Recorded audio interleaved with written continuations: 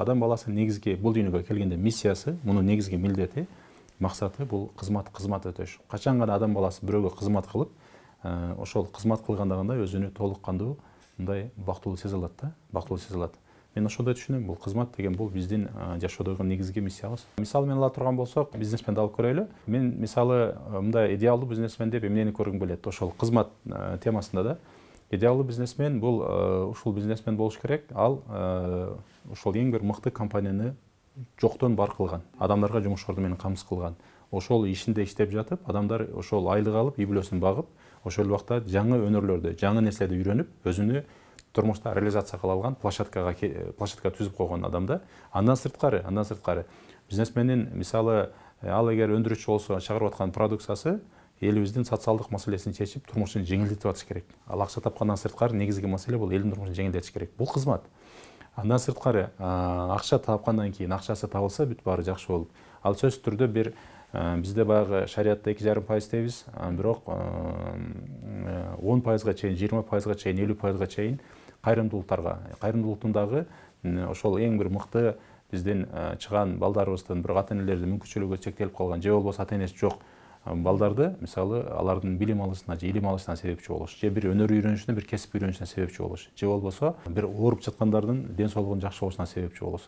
Кыскасын айтканда, адамдардын мындай бир келечектүү боло турган, келечекте бир жакшы коомго алда кызмат кыла турган кызматтарга ошол кайрымдуулукка кетирет. Бул бизнесмендин негизги идеалдуу бизнесмен ушундай болуш керек да. Компаниянын негизги максаты, миссиясы ушундай болуш керек да. Мисалы, элдин эсебинен байып, элдин аркандай, мисалы, ошол сиздин товарыңыз же продукцияңыз ошол рынокто жок болуп атса, ошонун эсебинен жоктугуна пайдаланып, баасын каалагандай коюп, элдин акчасын алып колдонгонуңуз, бул менимче бул чындыгы бизнесмендин натурасына туура келбейт. Бизнесмен кандай кызмат кылат? Жана мен айткандай, жумуш орду берет адамдарга өнөр үйрөтөт, жаңы бир продукция алып келип, элдин турмушун жеңилдетет, андан сырткары тапкан акчасын кайрадан эл менен эң бир жакшы багыттарга бөлүшөт. Бул бизнесмендин немеси, бул кызматы. Мугалимдин кызматы кандай? Баарыбыз билебиз, мугалимдин кызматы, мугалим келечекте мамлекет башкарган инсандарды тарбиялайт. Мамлекеттеги президенттен баштап, жөнөкөй адамдарга чейинки баарын тарбиялап, мектеп деген бул ушундай нерсе, ушуну баарыбыз өтөбүз мектептен.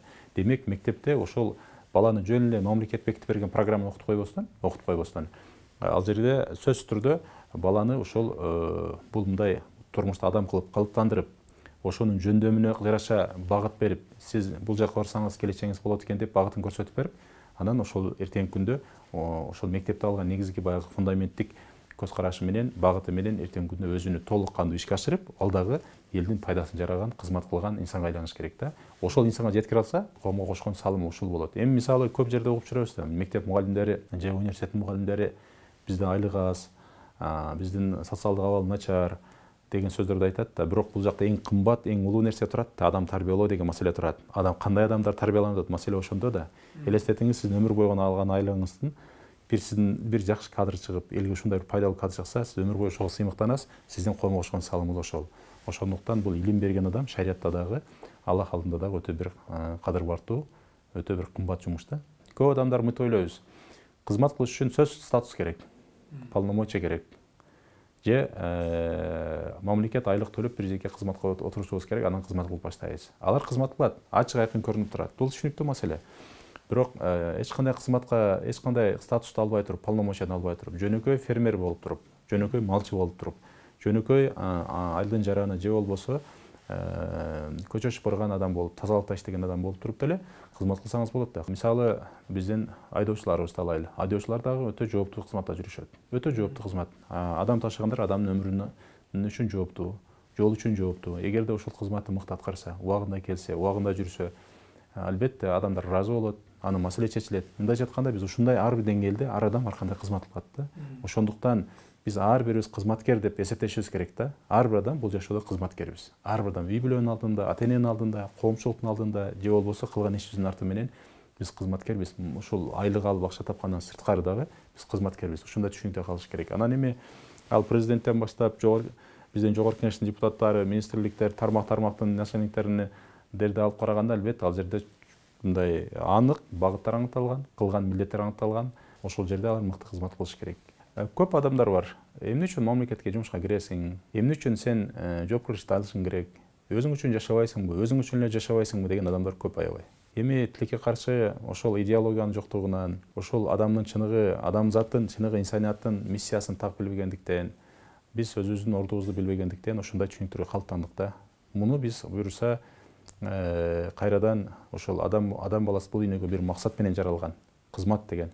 Бул дүйнөдө адам баласы колунан келишинче жакшылык кылыш керек, бирөөгө жардам бериш керек, кызматыңды кылышың керек. Анткени адам ошондо гана өзүнө ишке ашырат дагы, ошондо гана адам баласы өзүн бактылуу сезет, ошондо гана сенин кылган эмгектериң дайыма башкаларга өрнөк боло алат деген түшүнүктү калыптандырышыбыз керек болуп атат да.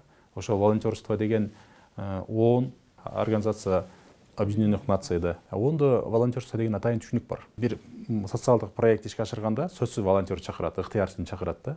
Ыктыярчы айлык албайт, бирок анын милдеттери болот да. Мисалы, Америкада дүйнө боюнча бул ыктыярчы волонтерство деген Америкада өнүгүп тур да. Чоң жаштагы адамдардын 49% волонтер болот экен өз жашоосунда. Бир жумада 2 сааттан 4 саатка чейин ошол өз ыктыяры менен ошол башкаларга жардам берет экен. Айлык албай туруп, бирок милдет алат, айлык албай жардам берет. Германияда 45%, Францияда 19%, Ирландияда 42%. Элестетиңиз, буларда ошол баягы моралдык принциптер, элдин жөнөкөй карапайым элдин арасында ошол мындай жардам берүү, өз ыктыяры менен элге кызмат кылуу деген аябай мындай өнүккөн да. Алар эч кандай кызмат сурабайт, статус сурабайт, шайлоого барбайт, но при этом кыздар эмеге кызмат кылганга даяр. Вот биз дагы ошондой түшүнүккө калыптандырышыбыз керек да.